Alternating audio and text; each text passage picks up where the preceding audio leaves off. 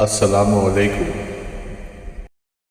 حضرت سلیمان علیہ السلام کے دور میں ایک شخص نے ایک خوبصورت پرندہ خریدا اور اسے پنجرے میں رکھا۔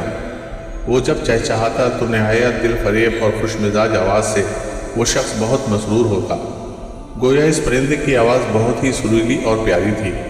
ایک دن اچانک اس پنجرے کے پاس اسی کے جیسا ایک اور پرندہ آیا اور اپنی زبان میں کچھ باتیں کی اور چلا گیا۔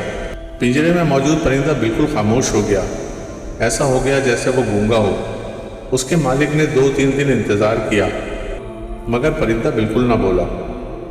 وہ شخص حضرت سلیمان علیہ السلام کی خدمت میں اس پرندے کو پنجرے سمیت لایا اور شکایت کی کہ یہ بہت مہنگا پرندہ خریدا تھا، اس کی آواز مجھے مسرور کرتی تھی، مگر اب نہ جانے کیا ہوا کہ یہ بولتا ہی نہیں۔ حضرت سلیمان علیہ السلام نے، جو ہر جانور چرند پرند کی بولیاں جانتے تھے، اس پرندے سے پوچھا کیا وجہ ہے جو تم خاموش ہو گئے ہو؟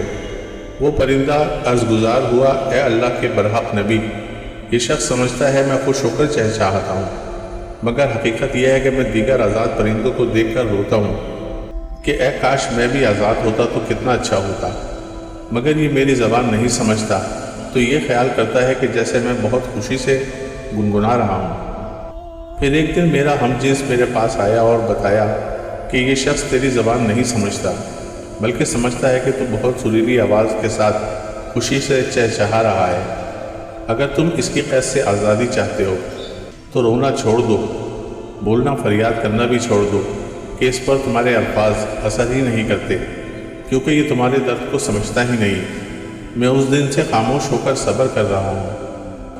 حضرت سلیمان علیہ السلام نے اس شخص سے کہا پنجرہ کھول دو اور اس کو آزاد کر دو، کیونکہ پنجرے میں اب یہ کبھی بھی نہیں بولے گا۔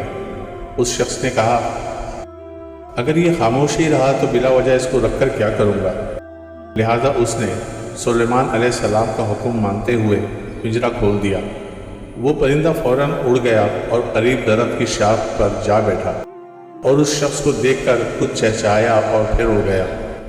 اس شخص نے حضرت سلیمان علیہ السلام سے عرض کی کہ یہ کیا کہہ کر گیا ہے؟ آپ علیہ السلام نے فرمایا کہ اس نے کہا کہ اگر تو بھی اپنے غموں اور مصائب سے آزادی چاہتا ہے تو خاموش ہو جا اور صبر کر، کسی سے شکایت نہ کر، تو تجھے بھی ایک دن سارے غموں سے نجات مل جائے گی۔ جو تو لوگوں کو سناتا رہتا ہے وہ بے حس لوگ تیری زبان جانتے ہوئے بھی تیری بات نہیں سنتے۔ دوستو، اگر آپ کو ویڈیوز پسند آتی ہیں تو لائک، شیئر اور سبسکرائب کریں اور کمنٹ بھی ضرور کریں۔ شکریہ۔